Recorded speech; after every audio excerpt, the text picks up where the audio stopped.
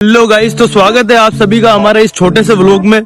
तो गाइस, बिना समय गवाते हुए हम इस व्लॉग को यहीं खत्म करते हैं। आशा है आपको ये व्लॉग पसंद आया होगा। तो ऐसे छोटे छोटे व्लॉग देखने के लिए मुझे फॉलो करें। और क्या बोलूं, व्लॉग में और कुछ बोलना पड़ता है क्या?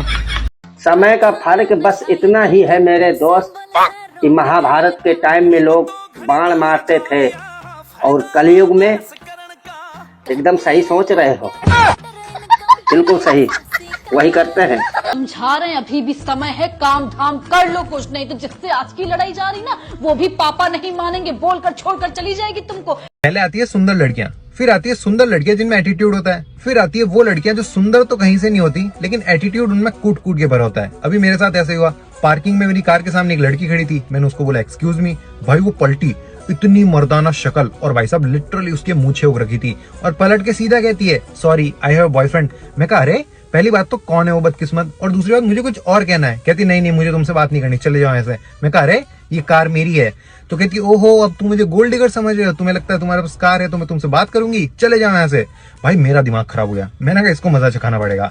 तो भाई साहब मैंने उसको कहा कि देखो मैडम इतना सच तो मैं बोलता नहीं हूँ, लेकिन आपने मुझे सच बोलने पर मजबूर कर दिया। मैंने कहीं पे पढ़ा था कि हल्की हल्की मूंछों वाली लड़कियां क्यूट लगती है, आपकी तो भारी भरकम मूंछें हैं, फिर भी आप जरा सी भी क्यूट नहीं लगी।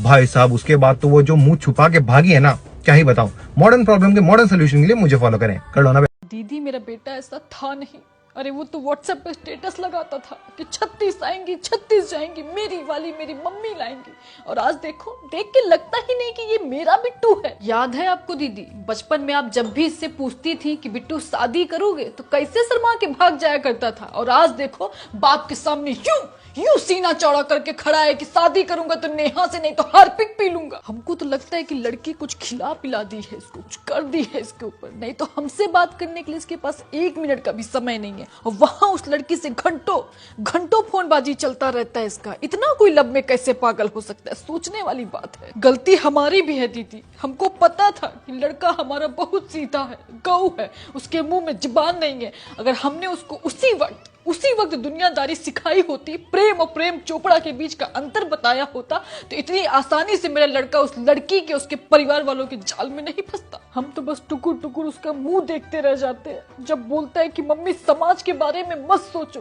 अरे कैसे ना सोचे, तुम तो फुर हो जाओगे शादी करके दिल्ली बम्बई, हमको तो उसी समाज में रहना है ना। जब 4 लोग आके जूता मार के जाएंगे तुम थोड़ी ना आओगे जवाब देने, वहां पे तो हमको ही।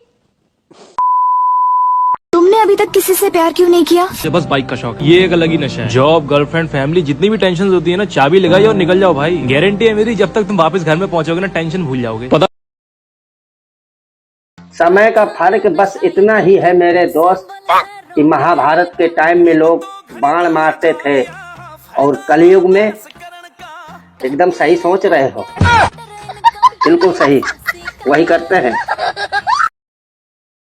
हेलो गाइस, तो स्वागत है आप सभी का हमारे इस छोटे से व्लॉग में।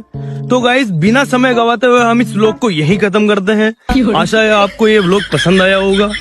तो ऐसे छोटे छोटे व्लॉग देखने के लिए मुझे फॉलो करें। और क्या बोलूं, व्लॉग में और कुछ बोलना पड़ता है क्या?